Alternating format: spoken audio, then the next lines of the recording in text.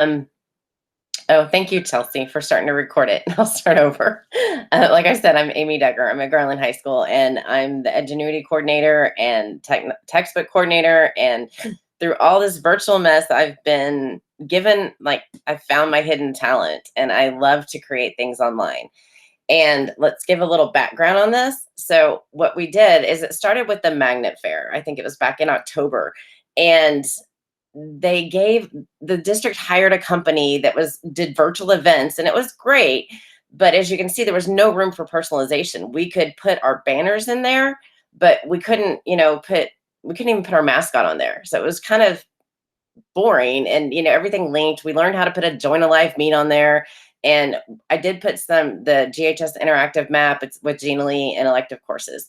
So when we started thinking about our share night, like when the eighth graders come to Garland High School and they want to see what all clubs and organizations we have to offer, and I wanted to like help our counselors out, then we took together, we put like Gina Lee and WeVideo, and I know there's a lot of video editing software out there or websites out there, but I knew how to use WeVideo and I love WeVideo. So it works great for me. Canva is amazing. And, we threw in Google Meet. So there's that personal touch, and you really have to have your school work together when you do a virtual event like this. You can break it down to classroom size, and we'll get more into that later. But Genially is an interactive platform, and that's what everybody clicks on to go to all the different things. Canva is what we use to create our actual booths. WeVideo is the editing video and getting the embed code for it, and then Google Meets, where you can speak to live coordinators, teachers, and students, whoever you're doing your event for. So I'm going to be jumping back and forth. I have Chelsea and I've posted the slides in the chat here if you want to follow along on your own, because like I said, I'm going to be jumping back and forth from different platforms. So we're going to start with Genially. You're going to start with a template. So in Genially, there are thousands of templates to pick from. So you can pick one of your own, or you can, let me go back to my pages here, or you can choose one off the internet and upload it, but you can go to background. And as you can see right here, you can pick one, upload one from the internet, or you can pick one that they already have, but you go ahead and get a background. We chose a gym because that's where we usually held our share night, was in the gym. So you're going to put your background on there, and you're going to get your Genially all set up. And you can also, you add in text. So if I wanted to say like,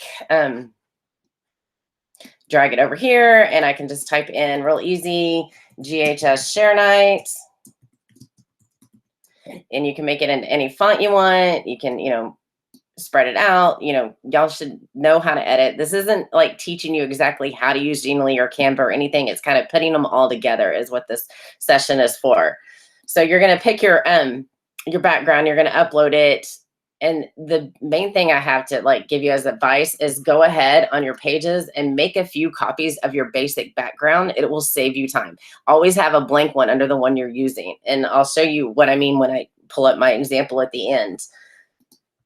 So after Genially, then we're going to work on our front page. So the front page in Genially, it needs to be fluid. So you don't want to open your event and tell the time, but people always want to go to it and see what it's about. So always, like at the beginning, before we started share night, we had a little blurb on there, the booth will open at 6 p.m. on this date. So people couldn't say, oh, it doesn't work, or they're already going through your booth and nothing's linked up and active at that time.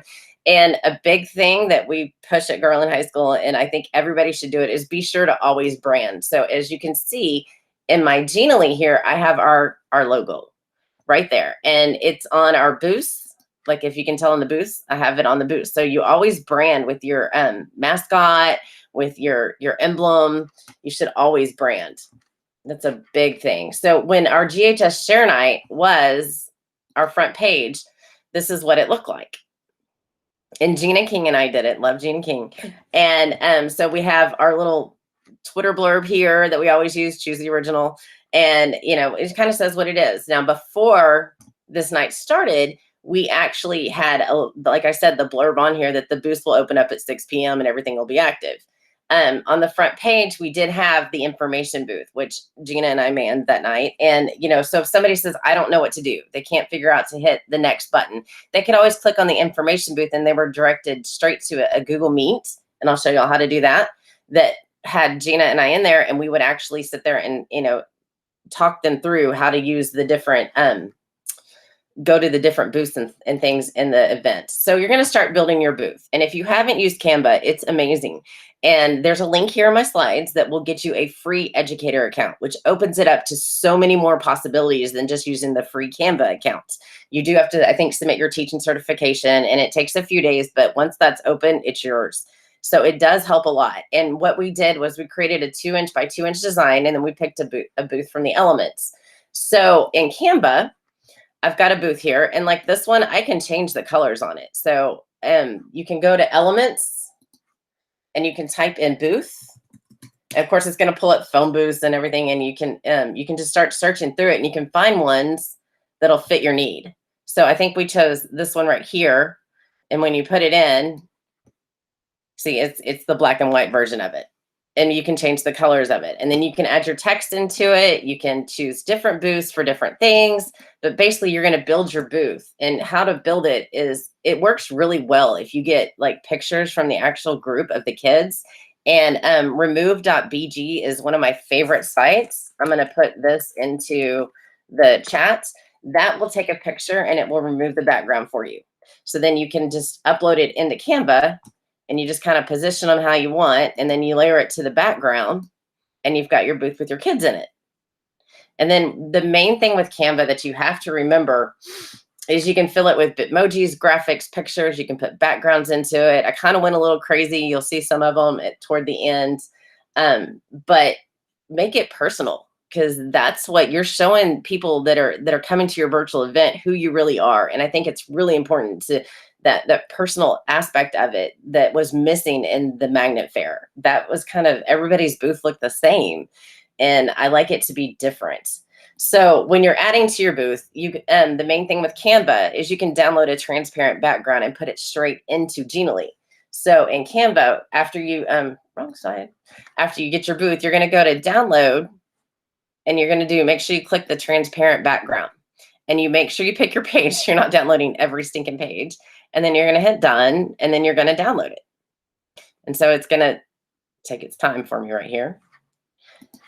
And so then I'm going to go back into Genially, and I'm going to go to like my first booth page, and I want to add in an image. So you go to image, and you can, pick from several that they have here, but we want to put our booth in. So I'm going to pick it from my downloads.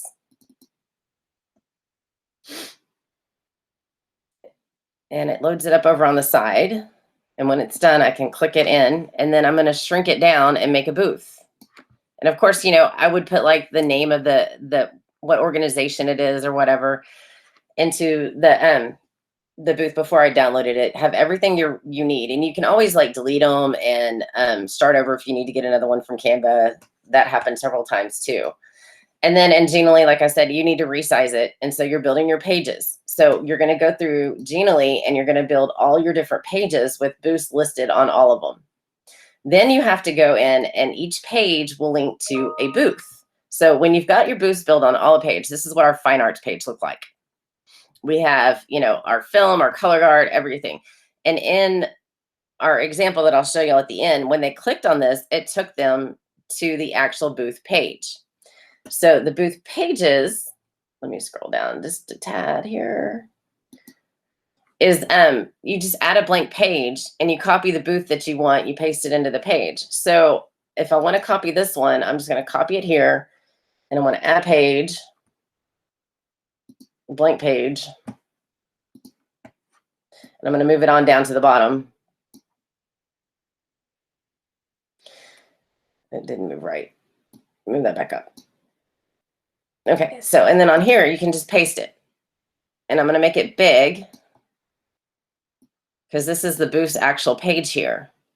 So when the person clicks on whatever booth they want to get to, they click to this page. And then, like I've already done this one, you can put elements in. There's interactive elements. There's tons to choose from. You can change the colors of them. If I wanted to do a red one, I could change it to a red. And then you can put titles in here of what each one is.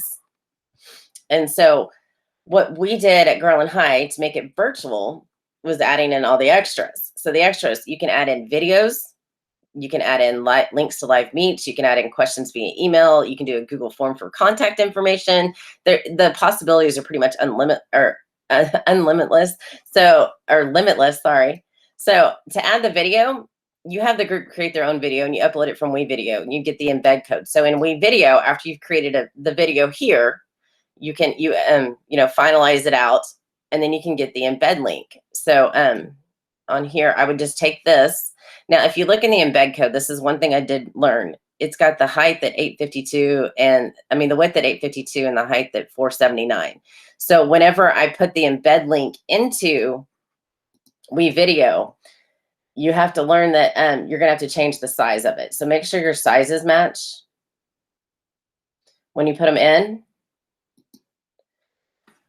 So when you add a video, you click on the interactive element, and I can show you how that works. So if I click on this element and I can click on interactivity, that one's already got my email up on it. So I can delete that, but I'm not going to. So if I want to do a video, I would click here. I want a pop-up window to put a video in.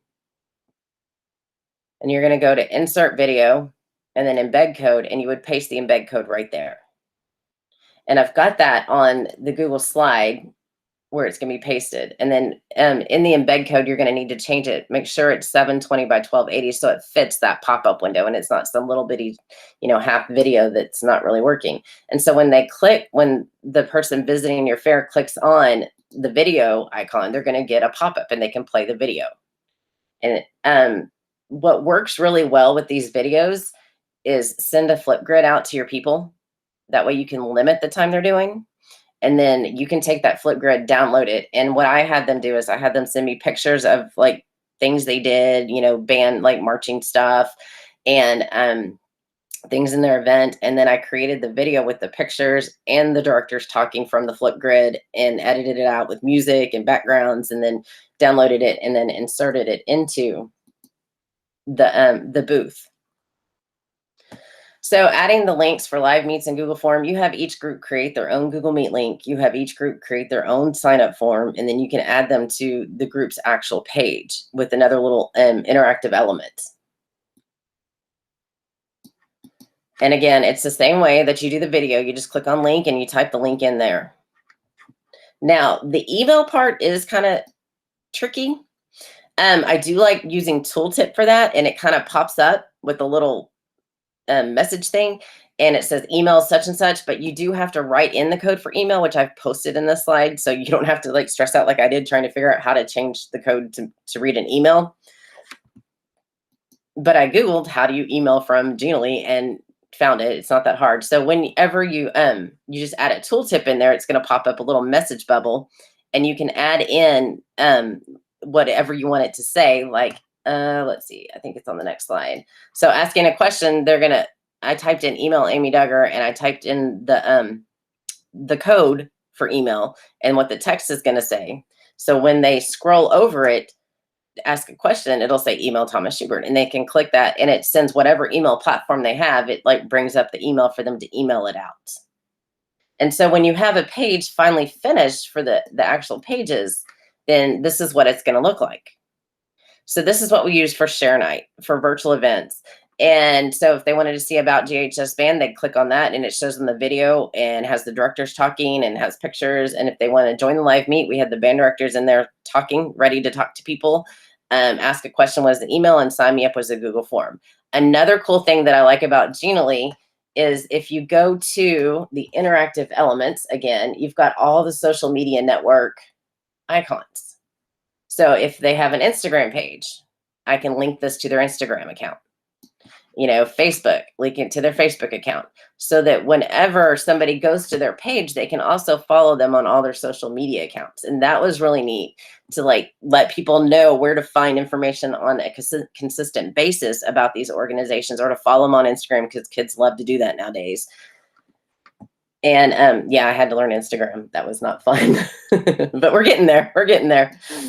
All right. So linking your booth to the pages is really simple. It's just like the interactive elements. You just go on here and you click interactivity and you hit go to a page, and it'll link it. You can click on whichever page you want to link it to. And if we wanted theater and I said go to a page, I'd click on the Genially theater page. So let me go back to my editor page here. So if I want to go and link my booth to my booth page, I would click on my name, my booth, and do interactivity and go to a page. And I want it to link to this booth page, which is unfinished, but it's okay. And I'm just going to hit save. And then, so then when we go to preview mode, when I click on this, it's going to take me straight to my booth page. So some helpful hints that you need to know for navigation is make sure you add navigation buttons.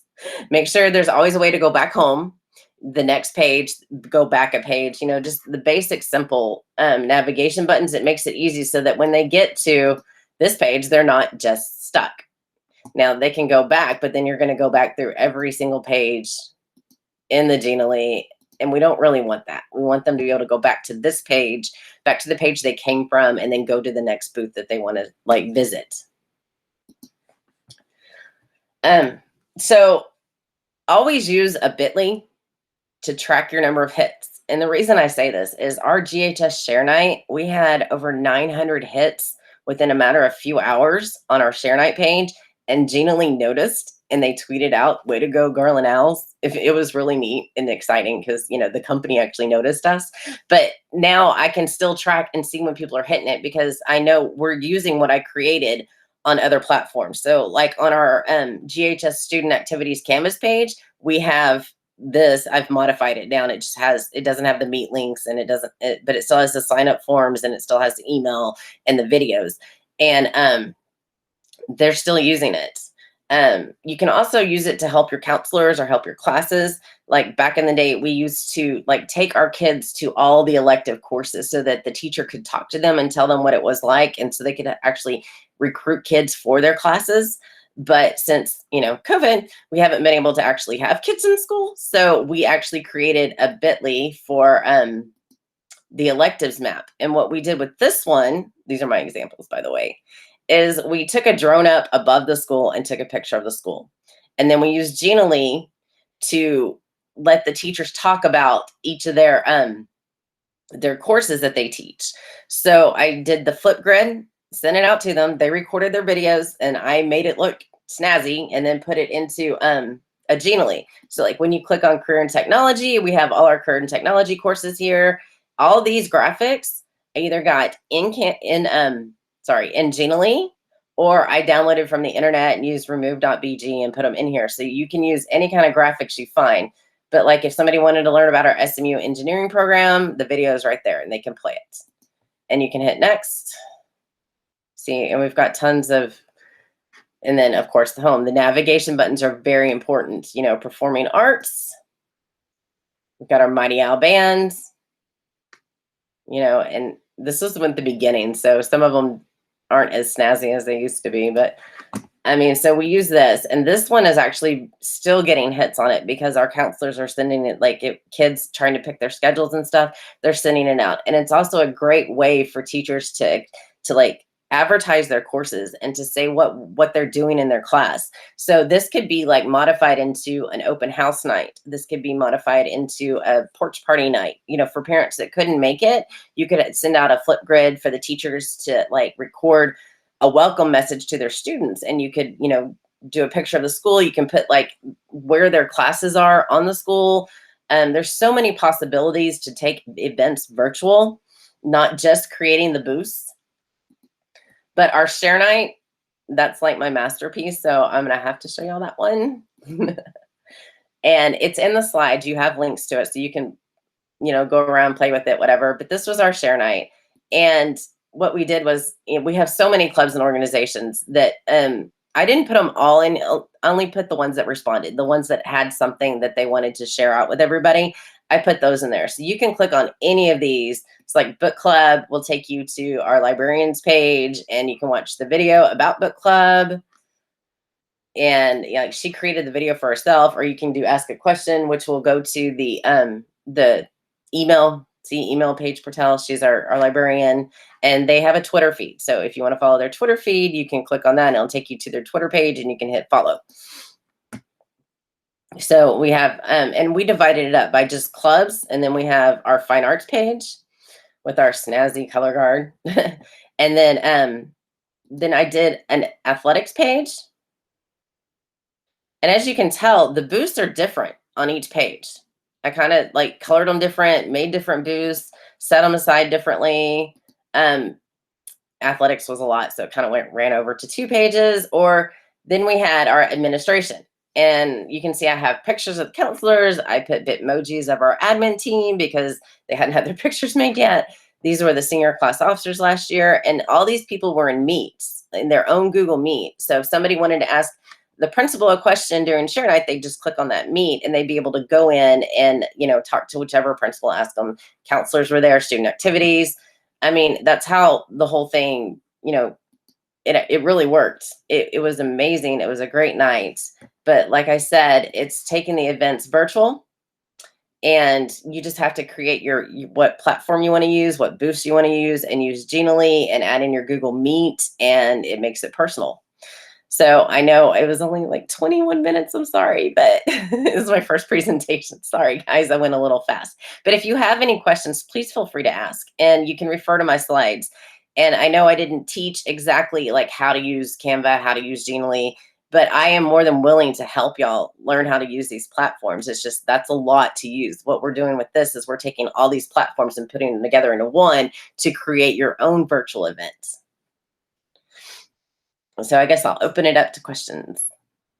Yeah, and please don't forget to fill out the attendance form for the mixtape.